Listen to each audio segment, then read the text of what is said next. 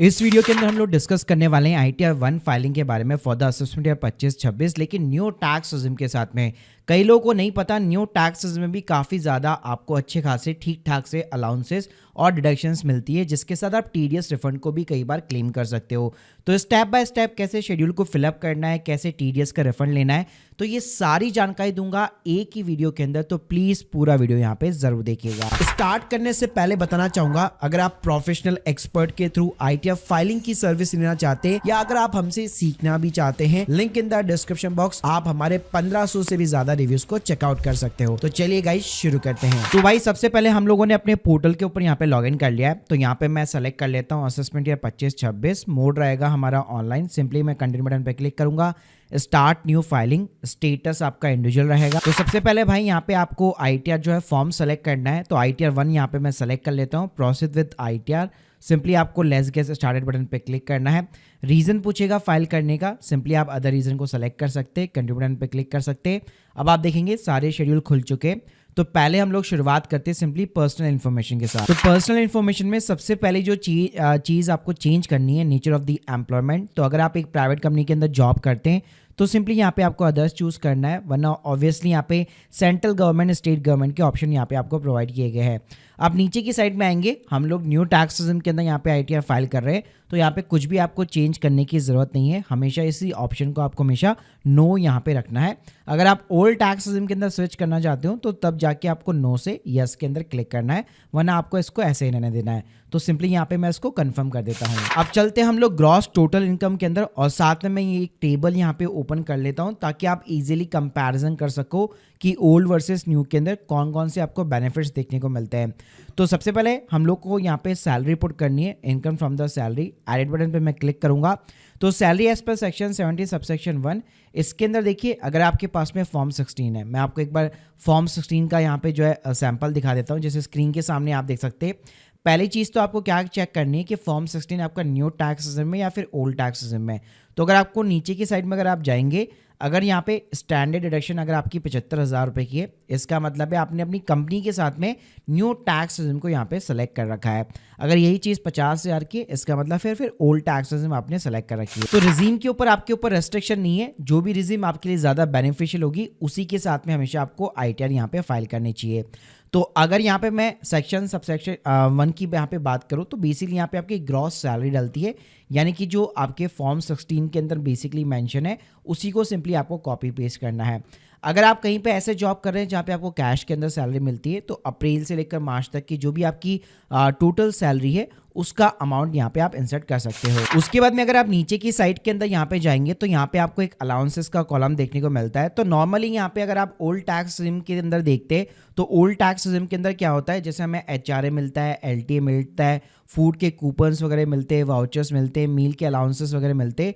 तो उन सब की डिडक्शन ना आपको ओल्ड टैक्स रिजिम में देखने को मिलती है, लेकिन न्यू टैक्स रिजिम में ये चीज़ें अलाउ नहीं है, लेकिन कुछ डिडक्शन यहाँ पे ज़रूर अलाउ है। जैसे कि एग्जाम्पल देना चाहो, मान लीजिए इस साल अगर आप रिटायर्ड हुए हैं और आपको एज ए यहाँ पे बेनिफिट, रिटायरमेंट बेनिफिट अगर आपको ग्रेच्युटी यहाँ पे मिली है, तो नेचर ऑफ जो एग्जेम्प्ट अलाउंस है उसके अंदर आपको जाना है। तो यहाँ पे आप देख सकते हैं section 10 subsection 10 death come the gratuity. तो यहाँ पे सिंपली आप अपने यहाँ पे सैलरी स्लिप्स के अंदर या जो भी आपका फाइनल सेटलमेंट जो स्टेटमेंट होता है वहाँ पे आप चेक कीजिए कितनी आपकी ग्रेच्युटी है, तो वो अमाउंट यहाँ पे आप इंसर्ट कर सकते हो। तो वो आपकी सैलरी में से बेसिकली उस ईयर की जो सैलरी होगी या जो भी आपको कंपेंसेशन वगैरह मिला है उसमें से वो लेस हो जाएगा। इसी तरह मान लीजिए अगर आपको लीव एनकैशमेंट मिला है बेसिकली, तो उस केस में यहाँ पे आप देख सकते हैं आपको सेक्शन 10 सबसेक्शन 10 AA मिल जाएगा।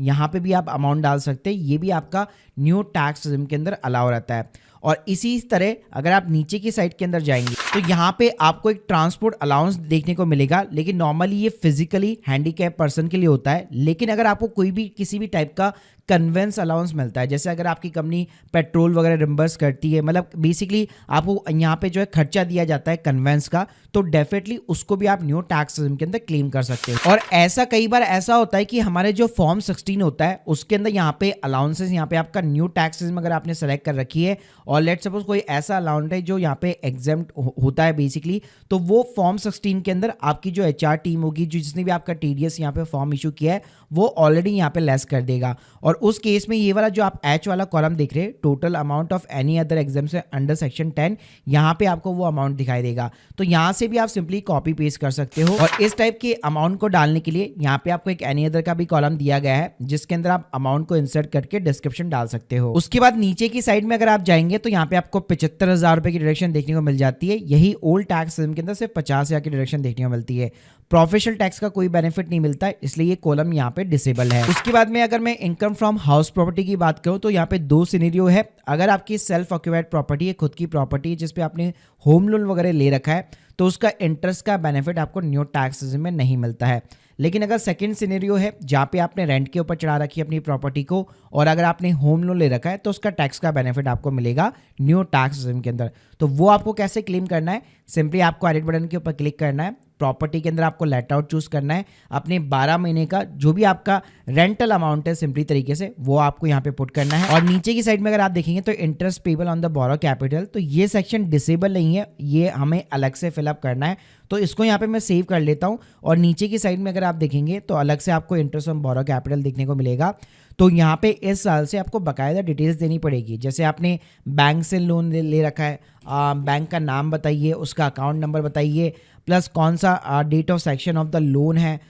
तो ये चीज़ें आपको एडिशनल यहाँ पे बेसिकली जो है फिलअप करनी पड़ेगी। तो इसके लिए आप अपने बैंक का जो होम लोन का इंटरेस्ट सर्टिफिकेट होता है वहाँ से आप रेफरेंसेस ले सकते हो। तो यहाँ पे जो इंटरेस्ट ऑन बोरो कैपिटल होता है इसके ऊपर कोई लिमिटेशंस नहीं है, जितना भी आपने इंटरेस्ट का एज ए कंपोनेंट पे किया है नॉर्मली वो अलाउ रहता है। वैसे अगर आप सेल्फ ऑक्यूपाइड प्रॉपर्टी पे देखोगे तो वहाँ पे 2 लाख की डिडक्शन मिलती है, लेकिन यहाँ पे ऐसे कोई रेस्ट्रिक्शन नहीं है, आप सिंपली अपना इंटरेस्ट सर्टिफिकेट को रेफरेंस ले सकते हो। उसके बाद में आता है income from the other sources. तो ये डेटा आपको प्रीफिल्ड मिलेगा, जैसे कि आपका डिविडेंड का इनकम हो गया, बैंक का इंटरेस्ट वगैरह हो गया।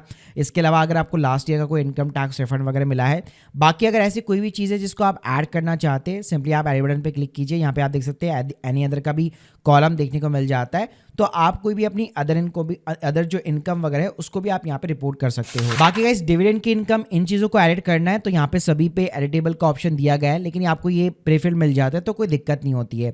उसके बाद में नीचे की साइड में जाएंगे तो एग्जेम्प्ट इनकम मिलेगा। तो यहाँ पे आप वो इनकम दिखा सकते हो जो आपकी एग्जेम्प्ट होती है।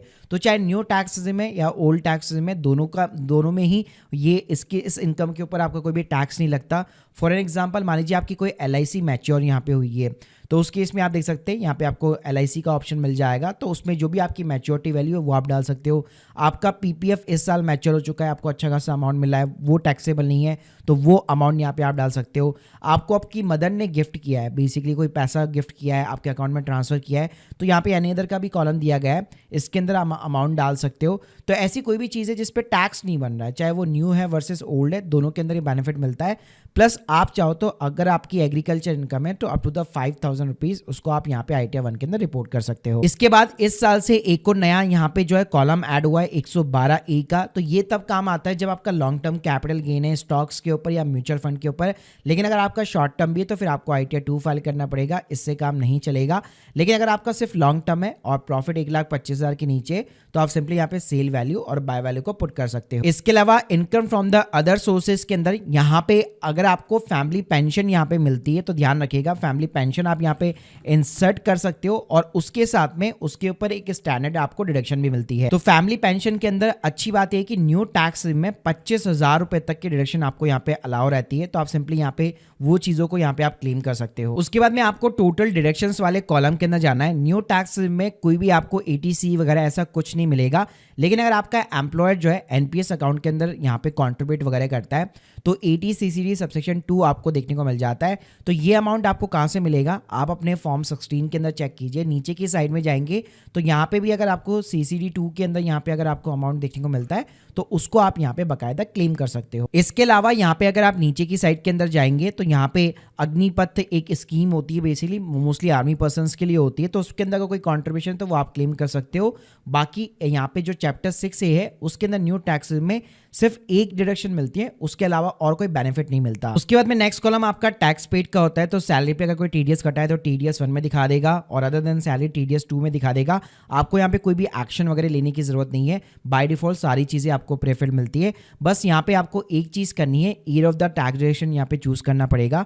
तो एंट्री को आप सेलेक्ट कर लीजिए और नीचे की साइड में अगर आप देखेंगे ईयर ऑफ टैक्स ड्यूरेशन तो यहाँ पे आप 24-25 सेलेक्ट कर सकते हो। उसके बाद में लास्ट कॉलम के अंदर आपने ने जो भी इनकम वगैरह रिपोर्ट की है उसके ऊपर जो भी आपका टैक्स वगैरह बन रहा होगा वो आपको दिखा देगा। इसको आप कंफर्म कर दीजिए, प्रोसीड टू वेरिफिकेशन कीजिए, तो यहाँ पे अगर आपका टीडीएस का रिफंड बन रहा है तो वो आपको दिखा देगा, और इसके अलावा अगर आपका टैक्स बन रहा है तो वो आपको दिखा देगा।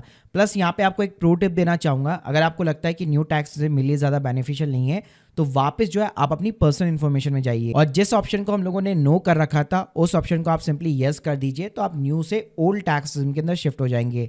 फिर ओल्ड के अंदर जितनी डिडक्शंस मिलती है वो सारी क्लेम करके आप लास्ट वाले स्टेप पे चेक कर सकते हो कि मेरे लिए कौन सी टैक्स ज्यादा बेनिफिशियल है। तो एक बार सारी चीजें हो जाती है तो आप सिंपली प्रीव्यू कीजिए, चेकबॉक्स पे क्लिक कीजिए, प्रोसीड टू वैलिडेशन कीजिए। अगर सारी चीजें करेक्ट है तो यहाँ पे आपको वैलिडेशन सक्सेसफुल दिखा देगा। बस लास्ट में फिर एक आधा ओटीपी डाल के आप अपनी ITR 1 को यहाँ पे आप सबमिट कर सकते हो। बाकी गाइस अगर आप सर्विसेज लेना चाहते हैं प्रोफेशनल टैक्स एक्सपर्ट के थ्रू बहुत ही अफोर्डेबल कॉस्ट के ऊपर, link in the description box, आप हमारे 1600 से भी ज्यादा रिव्यूज वगैरह को यहाँ पे चेकआउट कर सकते हो। और अगर आप सीखना भी चाहते हैं तो आप हमारे कोर्सेज वगैरह को भी ज्वाइन कर सकते हो। Thank you guys, thank you very much.